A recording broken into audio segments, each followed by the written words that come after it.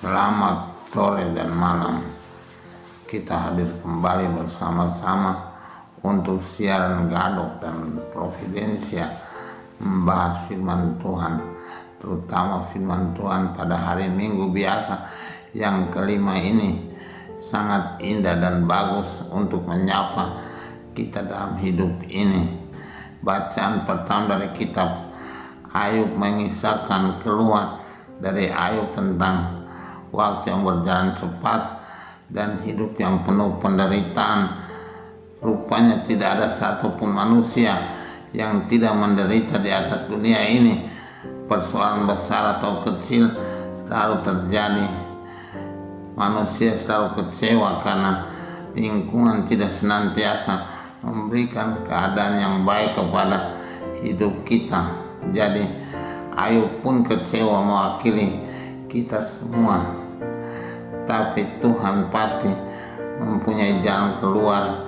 Apa yang dibahas dalam Injil merupakan jawaban bagi keluhan kita manusia, yaitu bahwa kita harus bersandar pada Tuhan. Seperti beberapa kali dalam renungan kali lalu kita bahas, Tuhan itu perlindungan dan perteduhan kita. Kita bisa lari dari Tuhan. Tuhan tetap harus dilibatkan dalam hidup kita. Kita dan mengabdi kepada Tuhan dan selalu bekerja untuk kemuliaan Tuhan dan kebaikan manusia. Karena itu kita mempunyai senjata dalam hidup ini untuk memerangi keluhan-keluhan kita setiap hari. Kita membaca dalam Injil bagaimana Tuhan Yesus tiap-tiap hari berbuat baik kepada manusia. Kita membaca juga di sana bagaimana Tuhan Yesus punya kuasa yang begitu besar untuk menjawab tantangan hidup dan kesulitan hidup. Waktu dia sampai di Kapernaum pertama kalinya, dia menyembuhkan mertua Petrus yang sakit demam. Orang pikir demam itu penyakit biasa, tapi Yesus memperhatikan. Ia sangat prihatin dengan keadaan itu. Bahkan murid-murid pun sangat suka untuk melaporkan pada Yesus bahwa ibu mertua Petrus lagi terbaring sakit. Dan Tuhan Yesus tidak melewatkan kesempatan itu untuk memberikan kesembuhan pada dia dengan hanya menjamah, tidak membutuhkan obat atau alat apapun, tidak mencari bodes atau paracetamol atau apa saja yang manusia biasa sediakan. Dia mempunyai kuasa untuk memberikan kesembuhan dan jawaban pada setiap kesulitan hidup. Jadi kesimpulannya, kalau kita berlari pada Tuhan, maka jawaban itu akan datang membawa kepada kelepasan dan kebebasan dari hidup ini. Mertua Petrus disembuhkan, dan pada malam harinya orang-orang berbondong-bondong datang ke rumah itu untuk mencari kesembuhan dari tangan Yesus. Itu merupakan jawaban dari segala kesulitan hidup yang orang-orang Kapernaum dan sekitarnya melihat dan merasakan dalam hidup ini. Tidak perlu mengeluh dan tidak perlu susah. Jawaban ada pada Tuhan Yesus.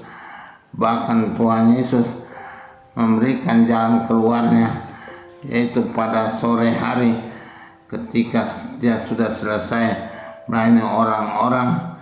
Dia pergi ke bukit untuk berdoa sendirian di sana. Murid-murid mencari-cari dia, tapi dia menyepi sendiri untuk berdoa, berkomunikasi dengan Bapa di surga. Itulah sumber dari kebahagiaan kita. Tuhan Yesus menunjukkan jalan untuk kita boleh dalam hidup ini kapanpun dan dimanapun mencari Tuhan untuk memberikan kekuatan pada kita dan pada kehidupan kita, memberikan jawaban-jawaban yang terbaik untuk menyelesaikan persoalan kita yang selalu kita hadapi dan kita keluhkan. Pada pagi hari mereka bertemu kembali dengan murid-muridnya. Murid-murid melihat bahwa orang-orang masih membutuhkan dia di Kapernaum, tapi Tuhan Yesus berkata, tidak tinggal di sini, kita harus pergi dari kota ini ke kota-kota yang lain, sebab dimanapun di sana pun orang-orang membutuhkan. Ini keprihatinan Tuhan Yesus kepada semua orang, bukan pada satu atau dua kelompok, tapi dia menjadi Tuhan dan juru selamat semua manusia. Maka dia berkeliling Galilea dan semua kota-kota yang ada di situ untuk membawa kesembuhan dan berita kelepasan untuk mereka yang menderita dan membutuhkan. Kita pantas bersyukur pada Tuhan Yesus atas sikap yang terbuka ini. Tidak seperti kita biasa hanya memperhatikan satu orang, dua orang saja. Tidak demikian Tuhan Yesus kita. Tuhan Yesus itu Tuhan dari semua orang. Dia mau menjadi juru selamat bagi semua orang. Maka dia mau pergi ke seluruh Galilea untuk memberitakan kabar baik bagi semua yang menderita dan kelepasan bagi yang tertindas di tempat manapun mau datang kepada mereka. Semoga kita menyadari bahwa Tuhan kita baik, tapi senjata tadi jangan kita lupakan. Kita harus berdoa. Tuhan mengatakan pada kita dan berikan contoh, dia tidak hanya berbuat, tapi dia juga mau datang pada Bapa sebagai sumber segala berkat. Itu merupakan rahasia dari keberhasilan Yesus dan pasti juga keberhasilan kita. Doa itu senjata bagi kita dalam pergumulan kita. Kita melihat juga bacaan kedua hari ini dari surat kepada jemaat di Korintus, bahwa melayani Tuhan dan mencari Tuhan itu merupakan kewajiban. Celaka Paulus katakan kalau dia tidak pergi memberitakan Injil, memberitakan kebaikan Tuhan. Kalau kita mengatakan kebaikan Tuhan itu kewajiban kita tiap-tiap hari. Tidak pernah kita boleh lalai, tidak pernah kita boleh merasa itu hanya sambilan saja. Ada orang begitu memikir bahwa pekerjaan Tuhan dan buatan Tuhan itu sambilan yang boleh diganti dengan segala tugas yang lain, tapi tidak boleh demikian. Menurut Paulus itu merupakan celaka kalau kita lalaikan kewajiban kepada Tuhan. Kita harus setia membuat apapun yang menyenangkan Tuhan dalam hidup kita. Itu bisa membawa berkat bagi segala kehidupan kita. Maka malah kita mencoba untuk melangkah seperti Paulus dan seperti rasul-rasul lain, seperti santo dan santa, untuk selalu belajar setia kepada Tuhan. Maka Tuhan lebih setia kepada kita. Semoga demikian. Amin.